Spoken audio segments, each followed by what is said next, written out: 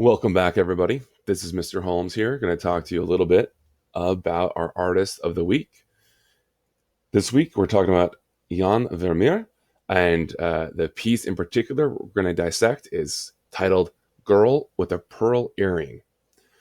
The art of a Vermeer seeks not to amaze and appeal, but to invite the observer to come closer, too close with the painting, peer into it, becoming intimate with it.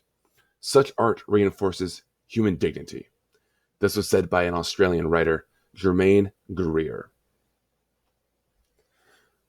Here's a painting of what Johannes Vermeer was believed to look like. He painted during the Dutch Golden Age, and his style was very Baroque. In 1653, Johannes here, he married Catherine Bolognese. Both sets of parents of the marriage opposed it due to their conflicting beliefs. The Bolognese were strict Catholic, where the Vermeers were Christian. After Vermeer married Bolognese, he converted to Catholicism, and in an attempt to show his devotion to his wife and his new family, he painted a painting titled Christ in the House of Martha and Mary. And this is his only known depiction of creating a biblical narrative. So creating a Catholic piece to appease his new family. Thought it was kind of interesting tidbit on Vermeer. Now, the wealth of his wife's family allowed Vermeer to paint for his own pleasure rather than to support his family, as was the case for most other painters. He also never took on pupils or apprentices. So, oftentimes in the olden days here, famous painters that we come to know today, they would make their living by taking commissions from foreign dignities, people of culture, people of wealth.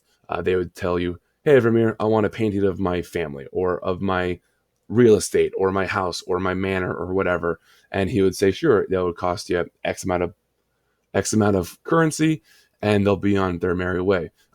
Vermeer had the luxury of marrying into a wealthy family and could really just paint for his own pleasure. He was also really known to use expensive pigments because unlike today where you can go into Michael's or Target or any other craft store really and just buy a bottle of paint, they had to create their own paints, their own colors. And so some of the pigments and some colors were more expensive than others. And he got to use them all. In case we're not sure where what the Dutch Golden Age is or where Dutch people are even hail from, they're from the Netherlands, which is located right there. Here are two different pieces, more examples of Vermeer's works.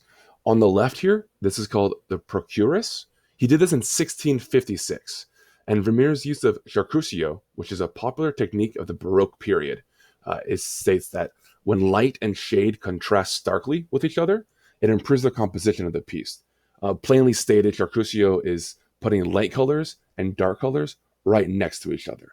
So if you look at the piece, we notice her bright white shirt against that black background to the left, that rug hanging over that platform there, her white bonnet against the black wall of the background, and then this shady gentleman's face in the top left corner, contrasting against his bright white lapel on his uniform.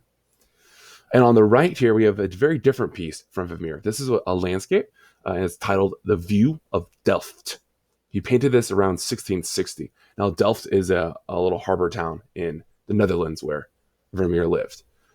So Vermeer depicted a serene glimpse into the city life during the Dutch Golden Age. The Dutch Golden Age is defined as a period when the economic, technological, and art in the Netherlands were at its peak. It's a morning scene with dark clouds overhead and the ships with their sails folded away, docked in their slips, as if a thunder and rain shower had just passed. What makes this painting really unique is Vermeer is reported to have mixed sand into his paints in order to create the rough rooftops and bricks of the buildings in the distance. Here we have some modern interpretations and takes on the girl with the pearl earring, which we're about to talk to you in just one moment here. Now here, the piece de la resistance. This is the masterpiece of the week. This is what I want you all to do a sketch of for me and write a fact about. The title of this piece is A Girl with a Pearl Earring. It is undoubtedly the most famous and identifiable portrait from Northern Europe. and it is as iconic to the Dutch people as Da Vinci's Mona Lisa is to the Italians. The play of light on the girl's cheeks, her eyelid, and the lips are instantly recognizable as a Vermeer. He was posthumously titled, quote, the Master of Light, and was known for his delicate attention to the way light played on the skin, fabrics, and precious stones.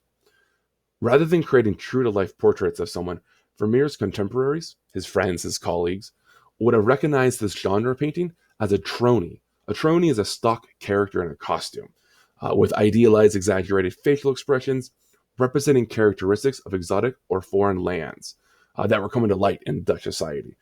So a tronie is like a stock character. Think of those stock images you see, those generic models on marketing ads. That's kind of what a tronie is in modern day sense. So this is an example of a tronie back in 1660. The girl's fantastical turban is indicative that this is a tronie and not an actual sitter, as it was certainly not part of everyday Dutch garb or even the Northern European garb.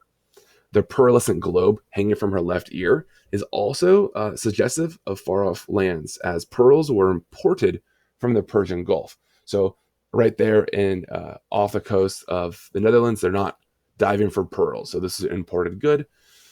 Even though the identity of the sitter, now when we say sitter in paintings, we're talking about the person who is being painted, or people in some cases, right? It's the sitter is still a mystery here, but her face still remains an iconic image of youthful beauty in Baroque style art. Thanks, everyone. Hope you learned a lot about Vermeer this week and about the girl with the pearl